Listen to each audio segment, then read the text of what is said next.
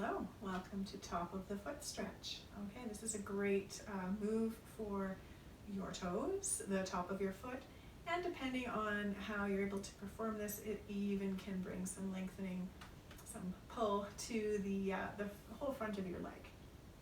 So let's dive right in. I think I'll show you the right side facing this way. I've got my chair here because some people struggle a bit with balance in Top of the Foot Stretch, and it's sometimes nice to have a wall or a chair or something that you can catch yourself on and just help yourself maintain a little bit better form. So for Top of the Foot Stretch, basically we want to get the top of our foot on the floor here and get some of those tissues lengthening there. So there's quite a few variations available for Top of the Foot Stretch, but for this side, I'm just going to talk a little bit about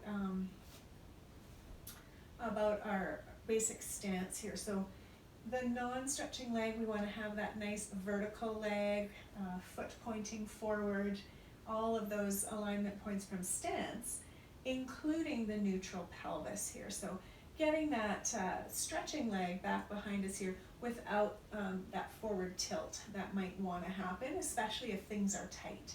So neutral pelvis, pelvis square to the front here, and we're getting the top of our foot, a nice bit of lengthening there. So I've got my leg not pretty far back, I guess, to make this a little bit more approachable for folks, especially if they've not done it before. Moving that foot closer, so it's more underneath your hip, might be a little bit easier, and you can even, use the chair to kind of take a little bit of the pressure off of those toes here.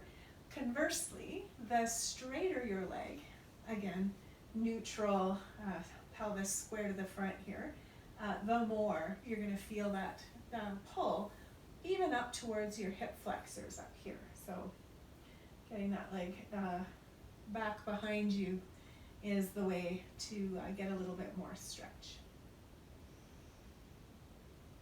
All right, so if I turn to face you here to do my other leg, you're going to be able to see a couple other things that are not as apparent when you're looking side on.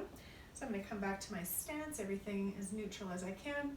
I'm going to get that left leg going back behind me.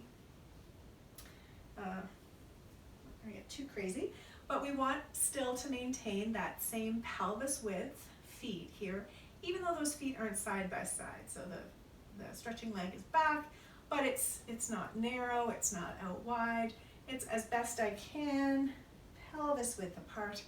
And another thing that's pretty common is to see sort of an offsetting of that heel out, toes in, and you want, as best you can again, to get that foot sort of aligned with your leg. So hips are square, weight is in that stretching leg heel, toes are nice and relaxed, ribs are down, pelvis neutral, top of the foot stretch. Fun, fun. Now, I've also got my chair here because for a lot of people, the top of the foot stretch is just really not even accessible. There can be a lot of foot cramps and things like that. So there's a chair version here that I hope you'll be able to see here. If I sit down on my chair, sitting up towards the front edge of that chair, and I just get my foot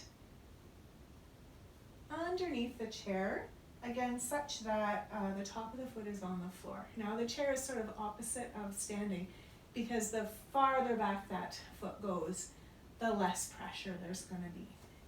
So there's some variation here for folks to work with. You still want to have your foot lined up with your shin, and you'll be able to help people with that if they can't quite see, or mirrors are very helpful as well. And they can start with their foot quite far back here.